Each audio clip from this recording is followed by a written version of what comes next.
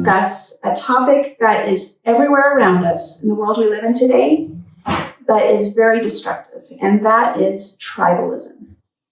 Tribalism is basically a us versus them mentality, something that we always need an enemy to fight against. Now, you can see this in family relationships, in work, in politics, which we're not going into. But it's something that takes us away from the spirit. Abraham Lincoln once stated, and he quoted the Bible, that a house divided against each other cannot stand.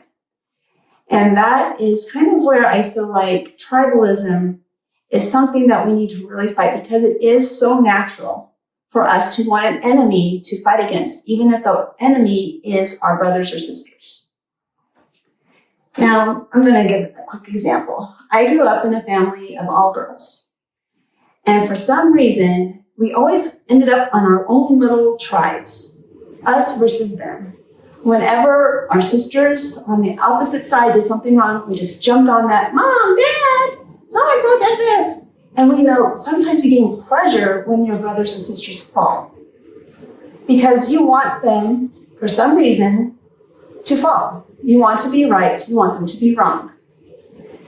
And that is a very dangerous thing, because aren't we supposed to love our brothers and sisters? Even if they have a different opinion, different background, different whatever, should we always be trying to dig that pit for them? Trying to see when they fall and just push them down into the hole that you dug for them in your mind. Just getting on their slightest weakness and somehow using that to try to elevate yourself in your own mind. Randy, do you have any experiences with this with your children? Yes. Yes, absolutely. What I was thinking about when we were talking is kind of what you had talked about earlier before we started, and that was just how important it is to love, not just love, but have dignity, not have dignity, I can't think of the word, but respect and love for humans, because we're humans, because we're all God's children, and not because they're right and I'm wrong, but coming together. And I've seen it, of course, in my own home on a daily basis sometimes, that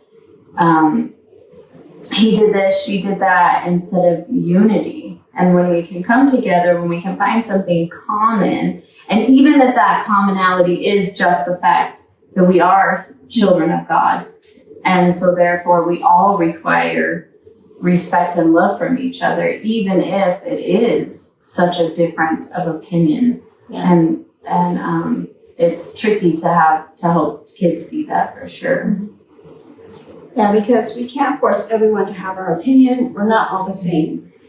And what I've loved about our country, this is the only political stuff I'm going to say, is despite the extreme differences of opinion, we've always come together in a unity state. We've been able to find a middle ground that makes everything better for everyone. And that's what I love, is when you don't hate the other person, you look at them, you look at all sides of their arguments. Why do they feel this way? You know, what truth do they have behind what they're saying? It makes it so that you expand your perspective. There's a saying that I recently posted saying that, you know, just like a coin, there's more than one side of a story, even if only one side is showing. And sometimes it's easy to find something that someone does wrong and just vilify that side of the story without seeing the thing as a whole. Because usually sometimes there might be a reason why that action occurred. And it's good. It doesn't mean the action was right, but it does show you that the person is a human, and it can give you a little bit more empathy for the situation. One question that I've been asking of my children a lot the last few weeks, as we've been learning more about a growth mindset, and that is, how can you view this differently? Mm-hmm.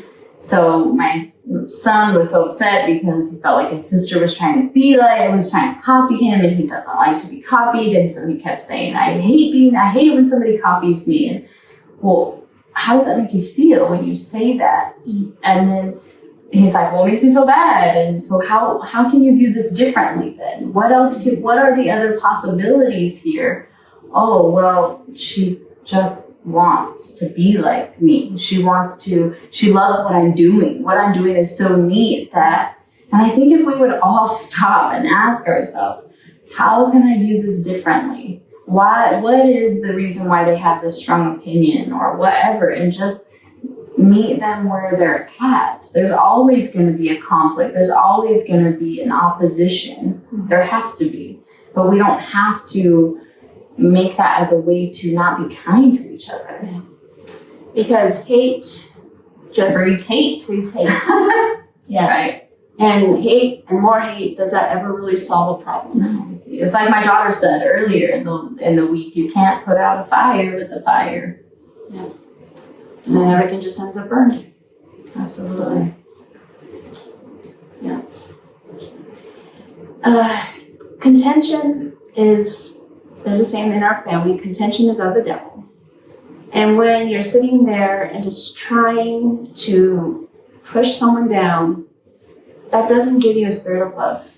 It just breeds contention. And in the end, no one listens to the other point of view when you're mad. When you're mad, you just want to be right, and you're not going to listen. So sometimes it's good just to take a step back and get that bigger perspective. Mm-hmm. Try to see all sides of the story.